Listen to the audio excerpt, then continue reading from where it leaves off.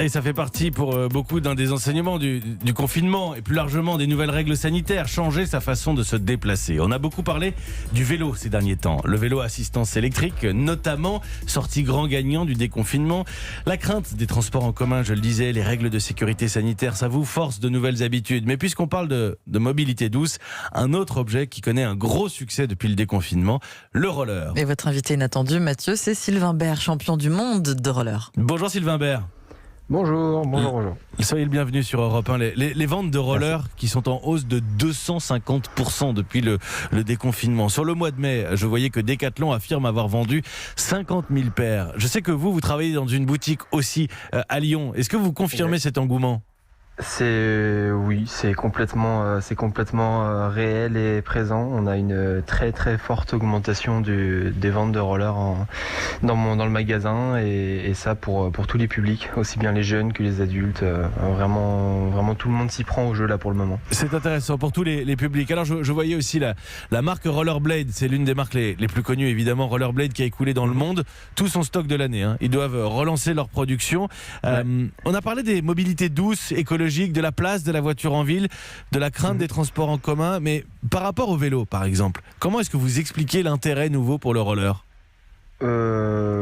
Sûrement le côté pratique, le côté où on n'a pas besoin d'accrocher un vélo en ville, on peut avoir sa paire de rollers un peu partout, et puis surtout le côté sensation et le côté fun, je pense, à la même place que le skate aussi, qui connaît aussi un coup de fouet et un jet en avant, on va dire, pour le développement. Je pense que c'est le côté vraiment pratique et le côté facile d'utilisation. Facile. Alors justement, j'allais vous poser la question parce que vous êtes champion du monde de roller, mais on peut s'y mettre comme ça sans trop savoir. Si on n'a pas une grande habitude du roller, on peut se lancer là ?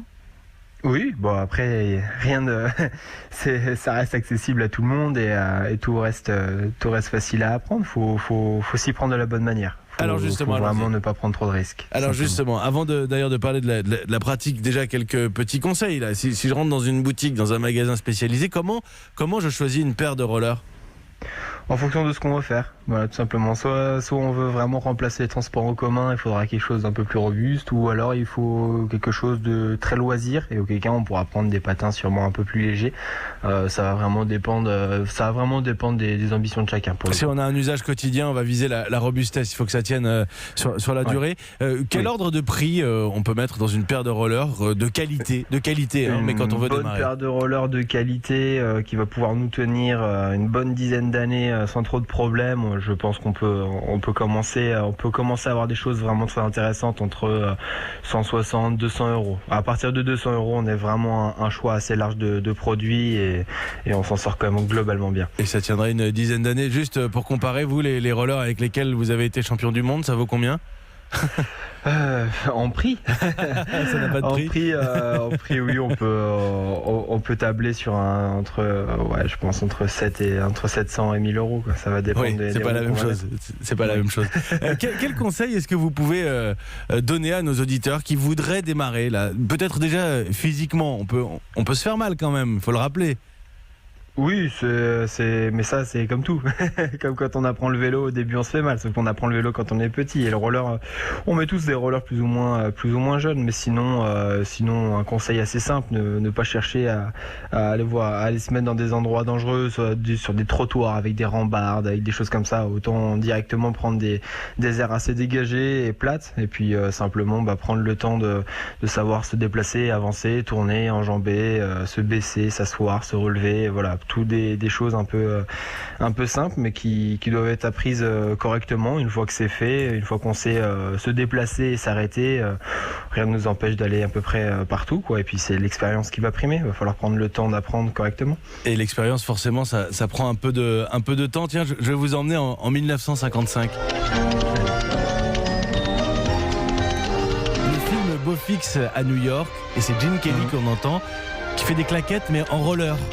Je voulais juste partager ce petit moment. 1955-2020, on est avec le champion du monde de roller, Sylvain Bert, en ligne. Alors tiens, par rapport à la vidéo où on voit Gene Kelly, vous êtes roller aligné ou patin à roulette à l'ancienne par 4 ? Aligné pour le coup. Oui. D'accord. Aujourd'hui, on n'achète plus que ça. Quasiment, c'est presque devenu insolite d'avoir des quads, comme on disait avant. Oui. Bah après les quads connaissent aussi là depuis quelques années un certain renouveau. On va dire que les gens s'y réintéressent petit à petit. Et c'est pas pareil, plus stable les ventes de quads, ça va dépendre. C'est plus stable sur les côtés, mais moins stable d'avant en arrière, puisque les roues sont un peu plus serrées sous le pied, donc on a tendance à être un petit peu plus déséquilibré d'avant en arrière. Dans votre boutique, Sylvain, j'en terminerai par là. Déjà, comment s'appelle votre boutique d'ailleurs à Lyon ? C'est le Cri du Kangourou à Lyon. L'acronyme, c'est le CDK, aussi bien connu depuis un petit moment. Ça fait 30 ans que ça existe sur Lyon et voilà, toujours en place. Il y a d'autres choses, parce que je m'intéressais aux rollers alignés ou aux rollers par 4. Il y a d'autres choses originales qu'on peut voir. J'ai vu que sur les skateboards, il y avait quand même pas mal d'inventions. Est-ce qu'il y a des choses rigolotes sur les rollers ?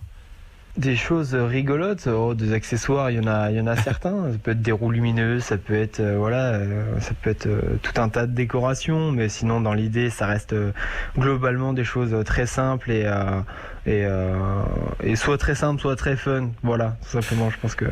Merci beaucoup, Sylvain Bert. Le Cri du Kangourou. Merci à vous. Le Cri du Kangourou à Lyon, donc c'est votre boutique et champion du monde de roller. Sylvain Bert, merci d'avoir pris quelques minutes.